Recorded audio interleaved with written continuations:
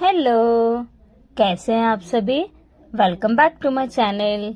चलिए, आज हम बनाने वाले हैं एकदम टेस्टी टेस्टी फूले फूले और क्रिस्पी से बनके तैयार होने वाले मेथी के पराठे। अब तो ठंड आ गई है तो हमारी फ्रेश मेथी भी आने लगी है, तो इसको बनाना और भी आसान हो गया है। जब हम इसको ठंडों में बनाते हैं तो इनका खाने का मजा ही कुछ और हो जाता है। तो चलिए इसको बनाते हैं, बहुत जल्दी से बनके तैयार हो जाएंगे। इसको बनाने के लिए सबसे पहले हम अदरक और हरी मिर्ची का पेस्ट बनाएंगे, जिसके लिए हमने 4 से 5 हरी मिर्ची ली हुई है और 2 से 3 स्लाइसेस अदरक के ले लेंगे। इसके बाद इनको पानी डाल के अच्छी तरीके से फाइन पेस्ट बना लीजिएगा। इसके बाद हम थाली ले लेंगे, जिसमें हमने लगभग 2 कप आटा लिया हुआ है और आधा कप बेसन लिया हुआ है। आप आटे को कम या ज्यादा कर सकते हैं। इसके बाद थोड़े से इसमें मसाले डालेंगे, जिसमें सबसे पहले हम अजवाइन डालते हैं थोड़ा सा क्रश करके। स्वाद अनुसार नमक डाल लीजिएगा, लाल मिर्ची पाउडर, हल्दी पाउडर और धनिया पाउडर। ये हमारे बेसिक से मसाले हैं, इनको डालेंगे। इसके बाद हमने मेथी ली थी, जिसको अच्छी तरीके से क्लीन कर लिया था और इसके बाद इसको वॉश करते हुए इसको बारीक बना लिया था। और बारीक बनाने के बाद हम मेथी को डाल देंगे और हरी मिर्ची और अदरक का हमने जो पेस्ट बनाया हुआ था 1 चम्मच उसको डाल दीजिएगा। बहुत ज्यादा तेज मत कीजिएगा, अपने अकॉर्डिंग देख लीजिएगा आपको जैसे मिर्ची रखनी है। इसके बाद थोड़ा थोड़ा पानी डालते हुए हम इनको अच्छी तरीके से मिलाते हुए इसका डो लगा लेंगे। डो हमें बहुत ज्यादा सॉफ्ट नहीं करना है और बहुत ज्यादा हार्ड भी नहीं रखना है। जैसे हम पराठे बनाते हैं तो पराठे के लिए हम मीडियम डो ही रखते हैं, उसी तरीके से आप डो लगा लीजिएगा। इसी तरीके से लीजिए, हमारा डो लग के तैयार हो चुका है। यदि हम थोड़ा सा इसको एक से करना चाहते हैं, जिससे हमारे ये एकदम चिपके नहीं, क्योंकि हम बेसन डाला हुआ है तो बेसन से चीजें थोड़ी सी चिपक जाती है, तो हम इसके लिए हल्का सा ऑयल ग्रीस करेंगे और उसको मिलाते हुए इसका वापस से इसको मिक्स कर लेंगे। इसके बाद जैसे ही हमारा डो लग जाएगा, इसके हमें इसी तरीके से इतने साइज के पेड़े तोड़ लेना है।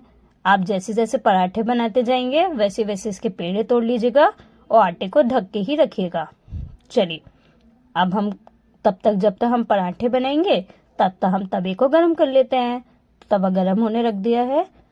अब हमने जो पेड़े बना के रखे हुए थे उन पेड़ों पे हल्का हल्का सा आटा लगाएंगे और इसी तरीके से गोल गोल बेल लेंगे।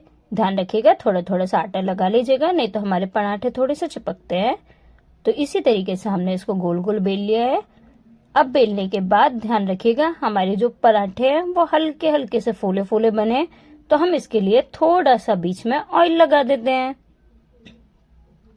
जैसे ही ऑयल स्प्रेड कर दीजिएगा सब में, उसके बाद इसे ट्रायंगल शेप में बना रहे हैं तो ट्रायंगल शेप में 1 बाय 1 करके फोल्ड कर देंगे।